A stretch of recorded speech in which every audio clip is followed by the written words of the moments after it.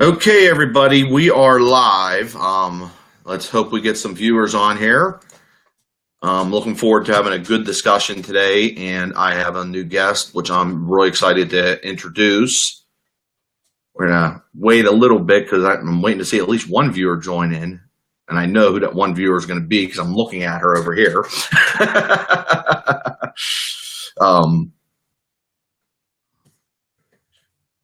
So let's get going here, I guess. And I'm going to bring in Kimberly Connors, who is an admin for the Addict's Mom. Hi, Kimberly. How are you doing today? I am Peachy. How are you? I'm doing well. I took a half day, so that made it a little bit nicer. I didn't have that luxury, but I just needed a break. We've been working a lot of overtime, so I was like, I'm taking a little bit break, and I wanted to prepare for something like this also.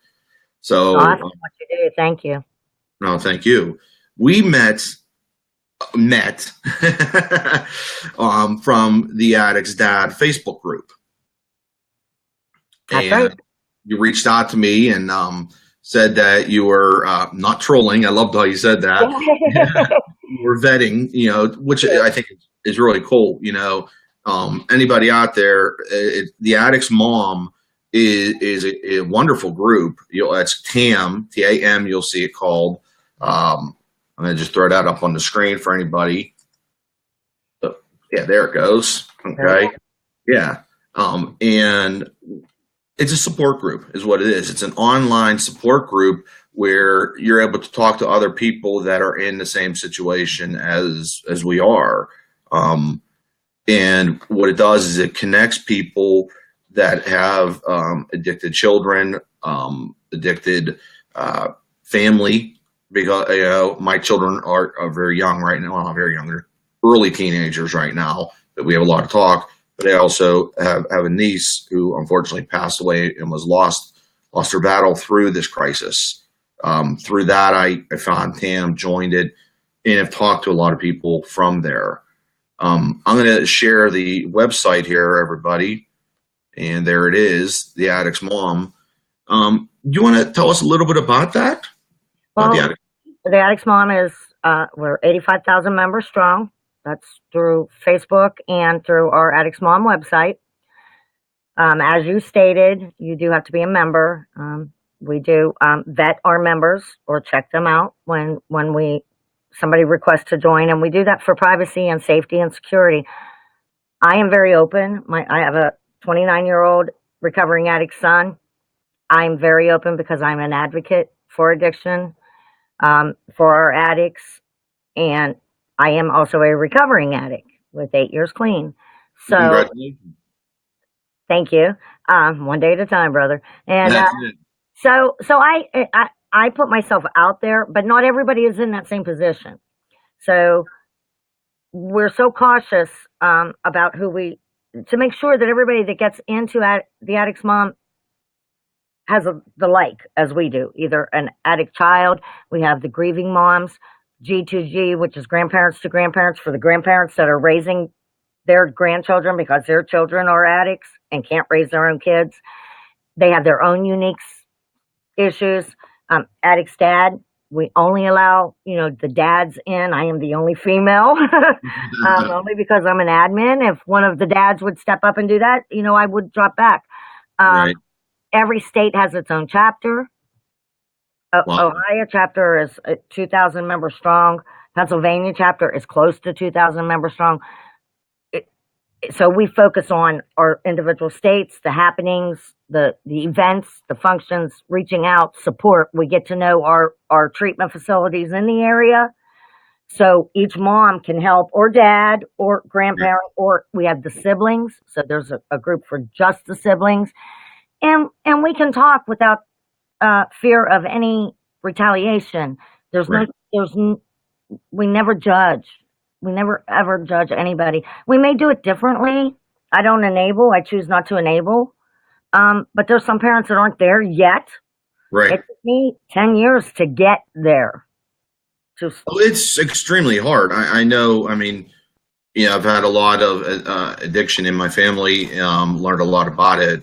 My step-parents, both are very active in Al-Anon, AA. So I know about it from when I was a teenager, actually. And I'm getting a lot older than a teenager. I lost a nephew. He was 34 years old, overdosed and died almost 7 years ago. So, my sister struggled. I have another nephew who his whole right side has been amputated. Oh, wow. Due to an abscess and infection from a dirty needle. It goes on, and it's not, I am active in TAM, but everywhere else as well. I don't just keep myself to TAM. I'm active in my community. We have a Lights of Hope. Hi, Rhonda. A Lights of Hope event every year that I do in our area, and other things. We just had National Black Balloon Day just passed. I and 50 people stood in the rain, with our, to raise awareness. I believe awareness is we've got to stop it before they use. See, my son's already an addict. Right. We've got to hit these 12 and 13-year-olds. And I, as I said, I'm a recovering addict. So I work with a lot of people in addiction. And I had a 15-year-old sponsee, started using at 13, and came to me out of jail at 15, had gotten arrested locally, doing whatever she had to do to continue to get in what she needed for a day. And I asked her straight out, why at 15 did you have to put a needle in your arm? And she told me that my parents told me not to drink. My parents told me not to smoke marijuana. Right. Again, they never told me not to take a pill. I never thought when I took that little pill, it would lead to me putting a needle in my arm. That's the mentality of a 15-year-old. Yeah. You've got to get them younger. I totally agree. I have a 13-year-old and I have a 15-year-old. And they obviously know a lot about addiction and the effects of addiction. Amber was more like a sister to them than a cousin. She lived here for a long time. So we talk about it a lot. My youngest, my 13-year-old, actually wrote a eulogy to read at the funeral, which I still can't believe she was able to do that because of how close they were, and she wanted to share it. But you're spot on. Raise awareness. That's what I've been wanting to do. After Amber passed, I knew I had to do something. Amber was like a daughter to me. I love her. I still love her. I always will love her. The tough love and the enabling is so hard to understand and to really not even understand. I think people understand it, but they don't. It's hard to do. I realized I was killing my child with my love. Exactly.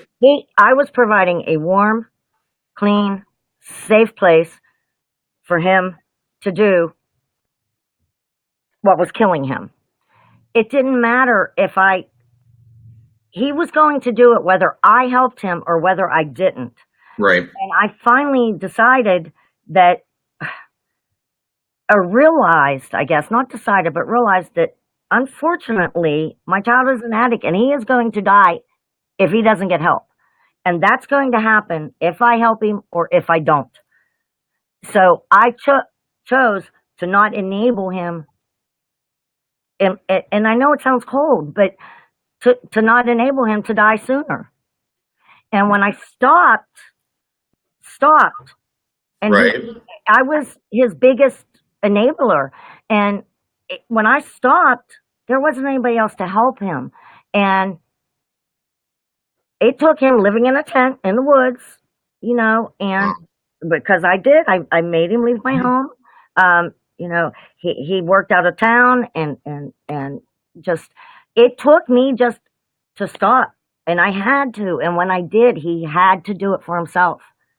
And he did, he just did. And if you go onto the Addicts Mom website and read the blogs and the forum questions that are out there, they are so powerful and so helpful because we all do it a different way. And it works differently for everybody else. But the suggestions, how do I make my child that doesn't think he's an addict or she's an addict get help?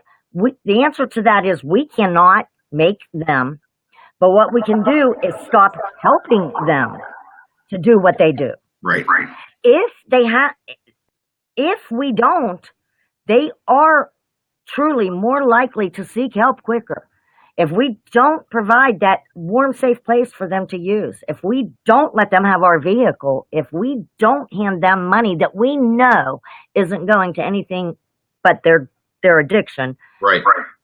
If we let them lose their job, if we let them become homeless, because it just takes that sometimes for them to realize. But we have to let them get there, and we stop them with our love. Exactly, and it breaks your heart to do it. Get a little bit of an echo, but it breaks our heart to do it because I know some of the things we had to do ourselves, and putting when she was younger, putting her into a group home, which just was the most difficult thing. Birthday, Christmas would come where you would normally buy her a gift, or once you get that age, a lot of times you end up giving them money because they're young, they're starting out, money's more useful. We wouldn't do that, and I wasn't. At one point we would do like a gift card, and I was like, we can't do that either. They can sell those. Exactly. So it's like, okay, well, let's either we'd go out to eat because we know where the food's going, or we'd go grocery shopping, or we'd go buy clothes if it was really need. But it's so difficult. You know what? You're right. Yeah. No, you're right. It's sad, and you have to change your mindset to think about it. One thing that you and I were just saying before we went live, and I think I put a blog on also about it, is we hear all the time that an addict has to hit our rock bottom because they do have to want help, and if they're not wanting help, it's that much harder. It's sad, but I don't think it's going to work. But we have to raise it so that we could almost make them hit a rock bottom, but not the rock bottom that's on. I mean, right now, exactly. Right now, the rock bottom is death, and we cannot have that. We have to start, just like you were saying, Kimberly, earlier and earlier. I'm going to say, for me, my family, because I told you I am a recovering addict. Right. My family forced me through an intervention into treatment. Okay. That I did not want. I did not want it. However, once my mind cleared enough to think logically. Right. Once I detoxed and was able to think and have a rational thought process, it wasn't, all my decisions weren't made based on the fact that I needed to get a drink in or a drug in, because I was a very bad alcoholic. Once that withdrawal and all that passed and I could think clearly, then I was able to make some rational decisions. And when the people spoke to me, it started making sense. So I believe to force detox and allow them to get through the withdrawal so that their brain is clear enough that they're making a decision based on a somewhat of a normal thought process and not based on the fact that they're dope sick. Right. Exactly. Or they're afraid of being dope sick, which is even worse. That's their fears. Their fears are that to get clean, I have to go through dope sick, which is bad. But if you do that in a detox in a supervised setting, right? There's comfort meds that can be given to help do that. And if you can keep them there long enough, and in my opinion, a 3-day detox is not enough. Right. They need a little bit more. Of course, insurances. Well, yeah. So many of our addicts around us, anyway, go through county-funded detoxes. That's what I've seen also. Which is 3 days. So then they get done with that. Their mind, they're beginning to clear a little bit, but they're still not through the withdrawal. So they let them out with that, with the hopes. When my son got out of detox, the plans was in place for him. My son got a scholarship through TAM, through the addict's mom. Oh, that's wonderful. To a treatment facility in Florida. But he had to do it. Mom didn't do it. It wasn't because I had nothing to do with it. Yeah. He had to write a letter to that facility, the persons that made the decision. Right. And then they based their judgment on his letter. He was out of, before he went to detox, he handed me the letter. Right. So that was in place for us, and that's the important thing. When they go into detox, there has to be that plan when they get out. And he got out of detox at like 7:00 at night. We brought him home and he was on a plane at 5:00 in the morning. There can't be that lapse either. No, it has to. And that's when a lot of them die, because then their tolerance is down. Exactly. No, and I agree with everything you're saying. But it's not working that way. Our system's not working that way. No, I've talked about that before. Our system is not working. It needs a total overhaul for what it's doing. We have too many people that are dying. I mean, we're losing way too many people. I mean, 144 people a day is 144 people. 4 years ago, I went to Washington, D.C. and marched to the White House and my sign that I held up read 100 people a day. Right. 4 years ago.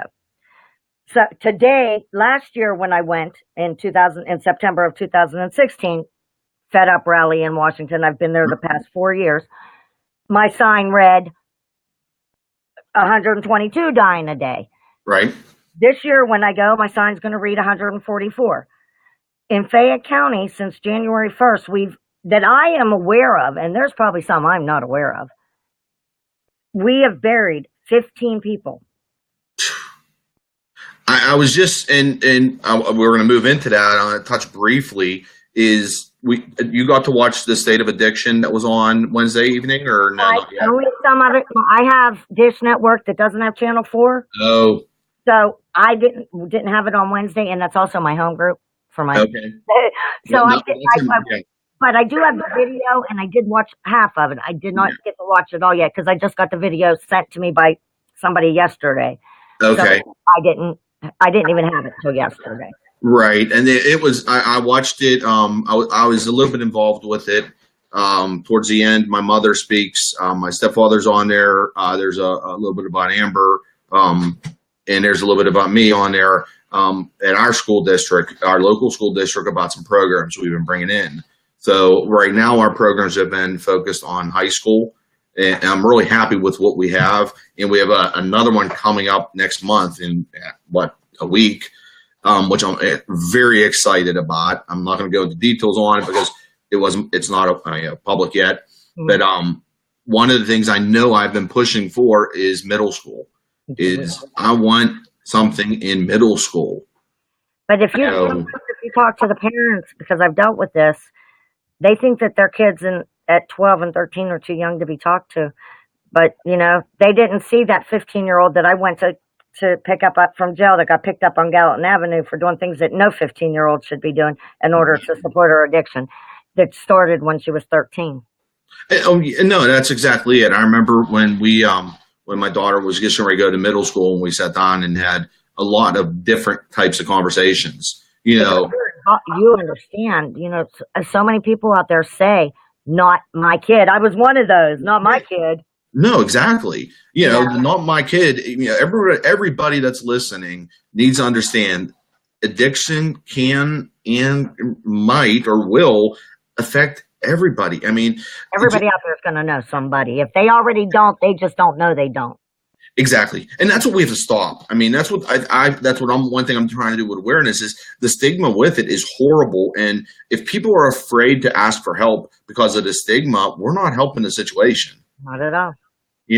We have parents grieving. We have addicts suffering that may be ready to get help, and they're afraid because once they find out that they're an addict, they're going to be put down. They're going to be pushed away. These are people that need help, and they are loving people. I mean, I know a lot of people in recovery, and a lot in my family in recovery, and they are the most caring people, and they will jump so fast to help a person that needs the help. Yep. For anybody who truly works the recovery program, our 12th step is giving back what's so freely been given to us.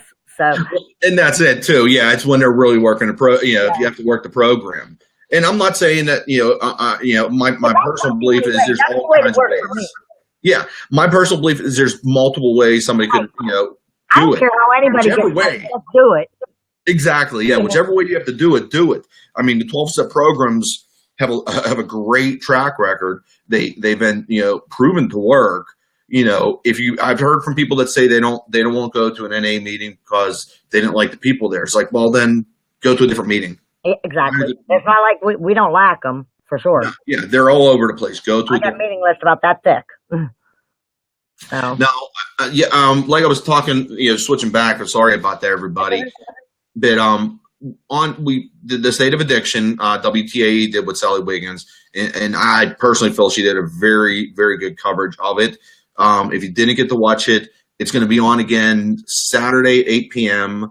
On WTAE. Then it's on, I think it's called This TV, which I've not heard of that channel, but it sounds like it's a partner of WTA at 9.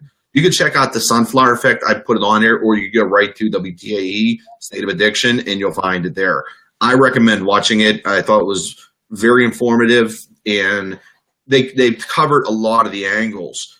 But after that, and I've received these calls a lot, and I'm sure you have also, Kimberly, is I received a private message, and it was a person that their child is addicted. Their child is a young adult, so it's an adult that they're talking about, and they were asking what they could do because this child does not, or not child.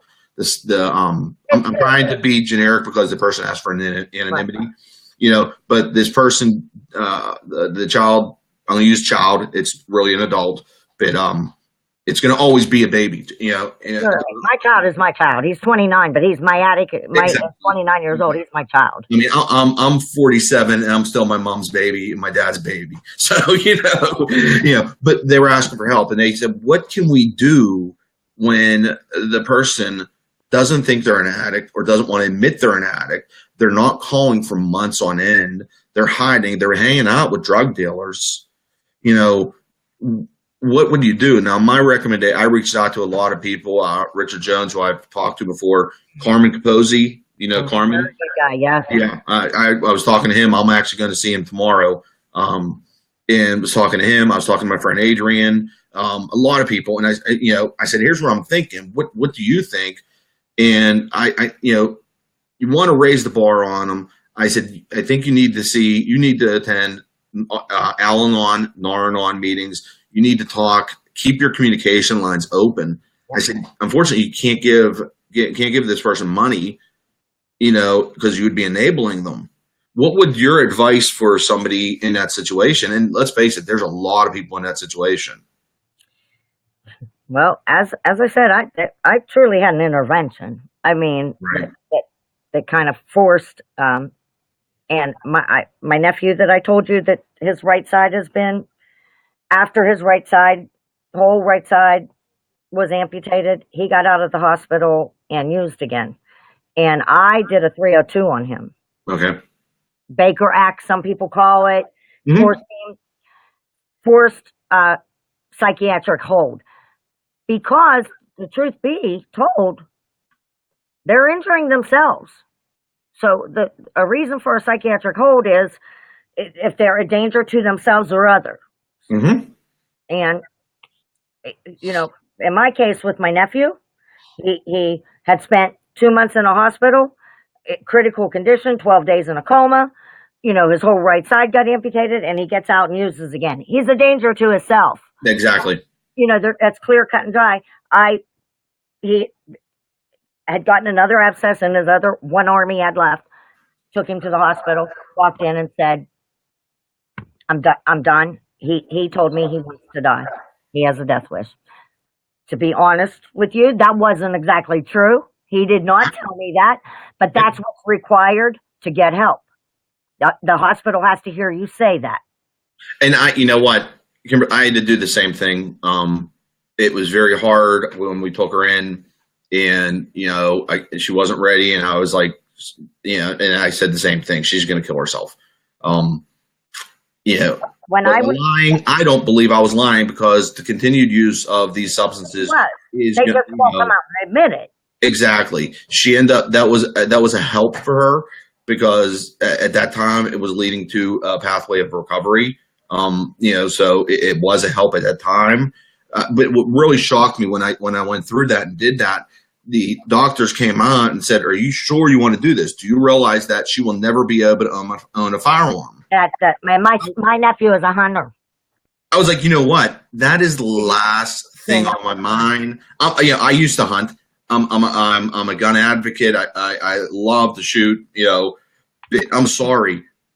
That is the last thing. I want her alive. Really still can get a hunting license if the hunting is the issue. They can, because my nephew does. And he was 302. Today, my nephew, and I wish he would have gotten on here.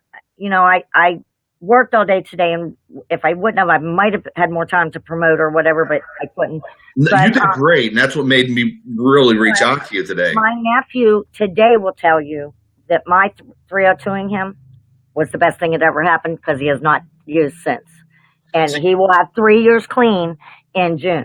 Awesome. Yeah. What you just said right there is, I think, key, because you said you went through an intervention that was for yourself.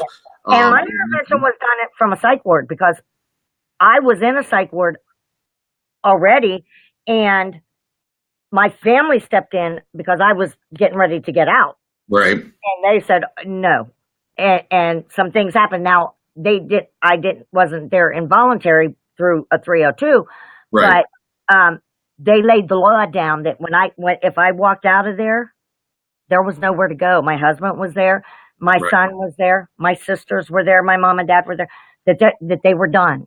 Right. So if I walked out of there, Well, I think that's so important, because right now in Pennsylvania, they're trying to get a bill passed that would give parents or family members the right to petition the court. Involuntary. Yep. And I totally support that. Me too. And that's you don't have to have them 302 to do that. Exactly. So that kind of helps a little bit without having to force that 302 on them, Right. To seek involuntary treatment for them.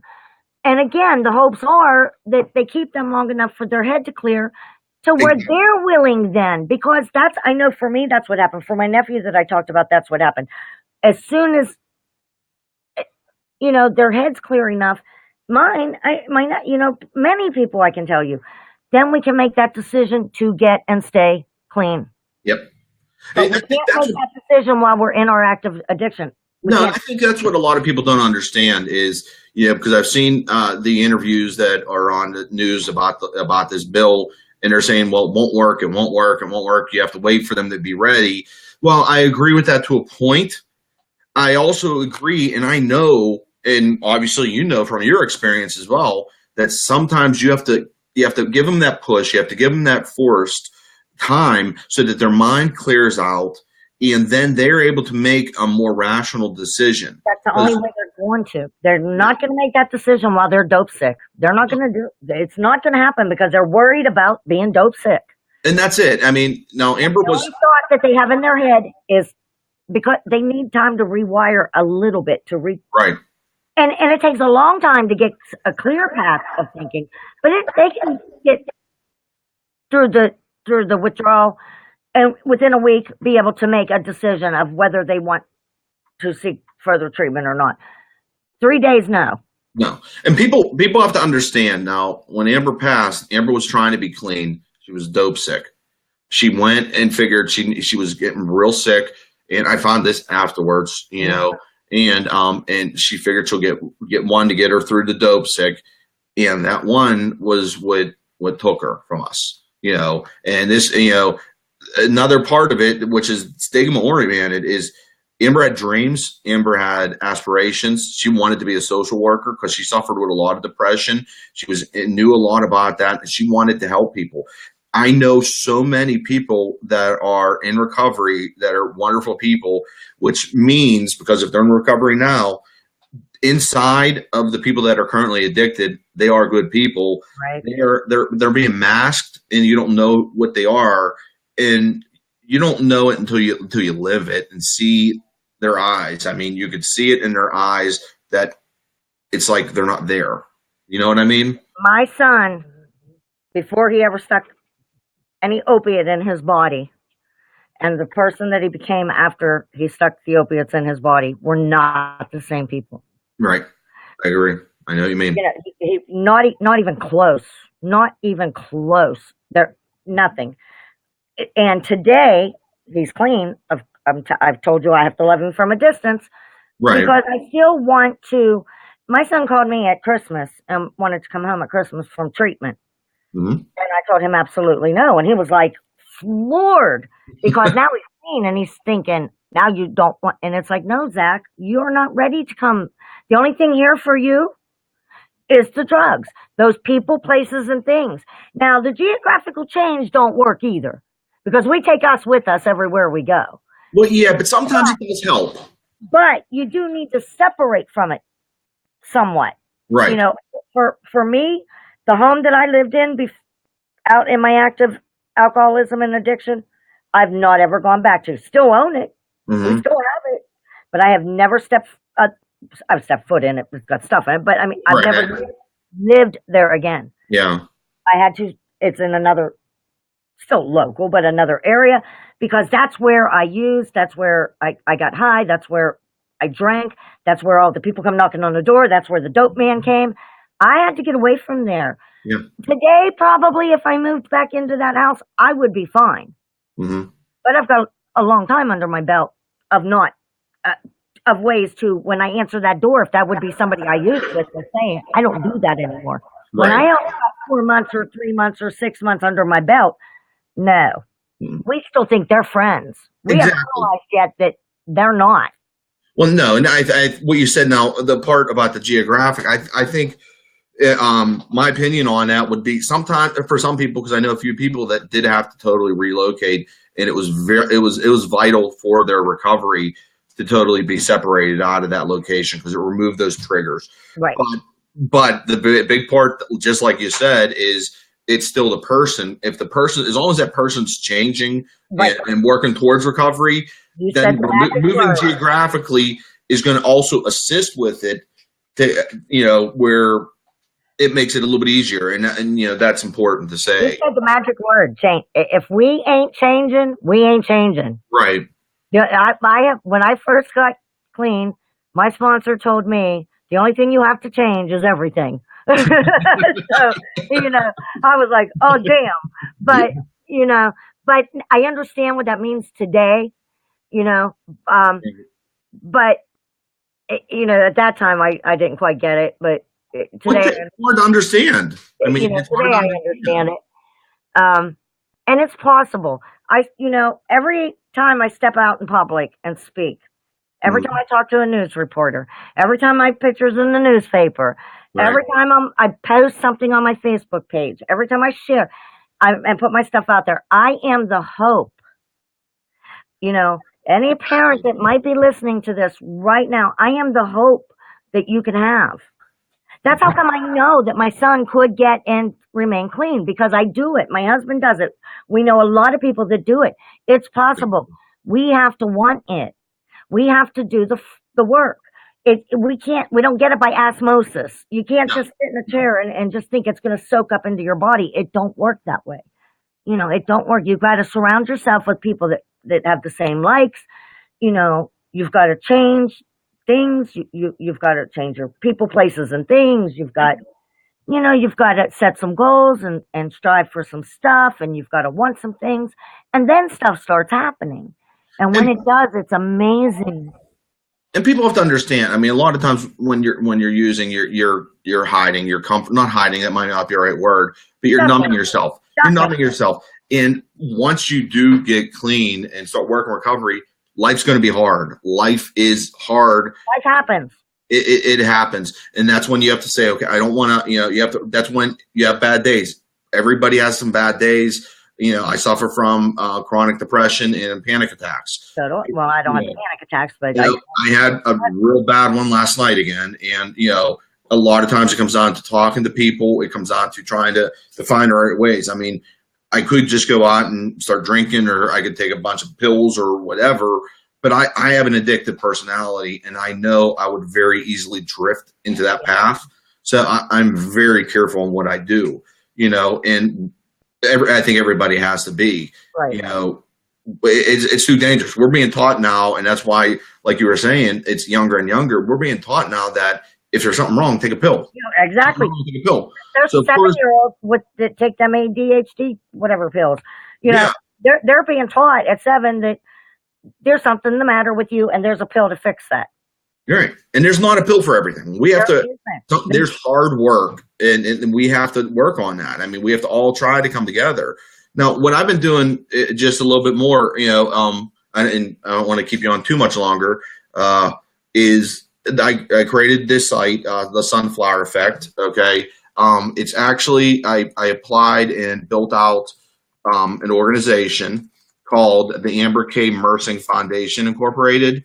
It is a nonprofit in Pennsylvania. It is not a 501c3. I don't know if I'll actually end up going there because I'm trying to do as much as I can without asking for money. And once it comes, because there's a lot I could do free because I'm a technology guy. Okay. So that's what I do, and I'm very passionate about this, and I could do this with volunteer time and getting people together, and then if there's something that it comes up, I'm going to bring up Carmen again. Carmen has a hotline that he runs, I would highly suggest there. Tam is doing a lot of great things, and my part in it with this is I need a way of remembering Amber. This is my way of grieving and my way of letting her live on because I know this is what she would want. We created what's called the Shine. And I have 2 videos on there where it's basically talking to a person in recovery, just like we're doing right here, except it was more on their story and their recovery path. So if you want to check out the website, check out the Shine. I will do that. I'm trying to, when I ask for contributions, I'm asking for people to contribute their stories, their hope, their shine, their wisdom, because I don't know, I'm not certified in anything. I'm sharing my personal experience. That's what works. Exactly. That is work. Our experience and hope is what works. We don't have to. I was a drug addict in college. So there's my credentials. And you know what? A lot of times I think the credentials that you have and the credentials that I have, like I said, which on paper are nothing. Yes. We're able to talk. We're going to talk to people from our hearts. Here's what we did. Here's what we did wrong. Yep. Okay. Is this going to work for you? Maybe. My son.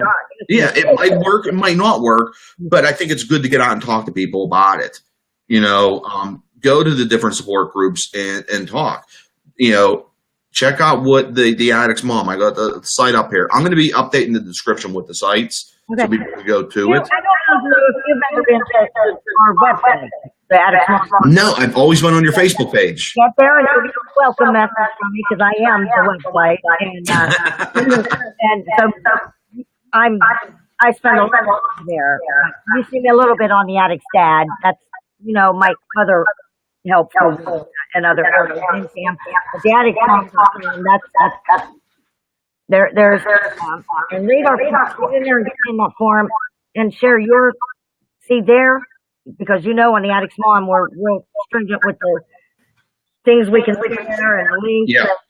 I have a lot of more leeway on the addict's mom. As long as it's addiction related, it's allowed. Okay, I signed up, so I'm going to be joining that, and I'll be following up with a post on the Sunflower Effect, sharing some more information. Right. I have not made it to DC. Last 2 years, I did want to go. I've been involved with the Pittsburgh Fed Up rally and speaking down there. So awesome. I didn't get to go to Pittsburgh. Pittsburgh was the end of August, and I was going to DC September. September 10th was DC, and then September 16th was a national. Yeah, right. So, I was with Tam. So busy between those two functions eliminating. Right. That I couldn't get to the rally on Pittsburgh. But if you can go to DC. I want to go so bad. September is that's my anniversary month. That's my wife's birthday month. So it's we try to. I want to get there. I wanted to get there. I was really trying for the March event that was run in DC, and this Sunday or something. Yeah, I know. And with work now, it was hard. I can't get there either. I would love to, but I can't. I can't. You know what? We can't do it all. No, and I'm working on getting there. And I make it this year. I do the Fed Up rally, deeply involved in Lights of Hope and other passions. And then any little locally that I can never put my fingers into. Right. Now, where are you near Pittsburgh? I'm 50 miles south. I'm in Cartersville. Okay. I was just curious. Okay, yeah, because we're one of the big things I'm scheduling now, and then we'll let you go here, is the film Generation Found. Yeah. I have a screening. Anonymous People. Yes, exactly. The Anonymous People was an amazing film. I watched that. I set up a screening in Mount Lebanon, PA. So we're trying. Adrian sent me. Adrian's okay, that's right. You know Adrian also. Adrian's amazing. And everybody that's out there, there's an event that Adrian's involved with tomorrow in New Kensington, which is the luncheon and fashion show. I'll share the link on the site. But Adrian she's amazing. I mean, she's that person. Generation X. I do have the event notice. For Generation X. Generation Found. I mean, okay, yeah, I'm sorry. Yeah. That's okay. No, I'm having that. It's all over the place. I'm trying to get to talk to one of them online also. And it's not, if you're not able to make the one here in Pittsburgh that I'm hosting, it's not a fundraiser for me, but there is an $11 charge to get the ticket. We have to reach a tipping point, and that way the Galleria will show the film. I really want to do that. I really want to do that. I got the link and I got the invite, and I haven't to talk to my husband about it. And if you're able to, let me know, because we get about 25 minutes with the film, with the theater, that they'll allow us to have some speak. Okay. So we're working on that, on how we're, because it's a limited amount of time, right? Because it's a public theater, so I'll pull up the event when we're done, and I'll talk to my husband and see if we can't fit that into our schedule, because I really did. I love the Anonymous People, and I really. Oh yeah, the trailer looks great. I'm excited to see it. Yes. Kimberly, thank you so much for joining me. It was real short notice, everyone. I mean, she sent a message over, and next thing I know, I was like, "You want to join the call or join the video?" I'm going to be doing this. I'm trying to do these weekly, get different people involved. Sometimes it might just be me. If you know anybody that would like to be involved, let me know. As you can see, it's pretty easy. We're just having a conversation. I'll always share it, and if it's like a time when I'm Wednesdays are just my bad day because that's my home group. But that's cool. I've been trying to do Fridays. It seems to be the best. That way it's after work. You know what I mean? But if you know anybody, let me know. I'll definitely. If I had a little more time, I certainly would have been able to get some more people to come, but I just didn't know. So. But, no, don't worry. I appreciate it. What happens a lot of times, just so you know, is we might get a limited number of live viewers right now. But the viewers afterwards, right? Really, I've been amazed at it, and the responses. So anybody has suggestions, ideas, questions, shoot it. We're not medical professionals or anything like that. We're going to share our stories, our beliefs, our experiences with you, and we will try to help out. Thank you very much. You're welcome. You did great. I'll see you. Congratulations. Thanks, and we'll talk to you all later. Okay. Bye-bye. Bye-bye. How was it?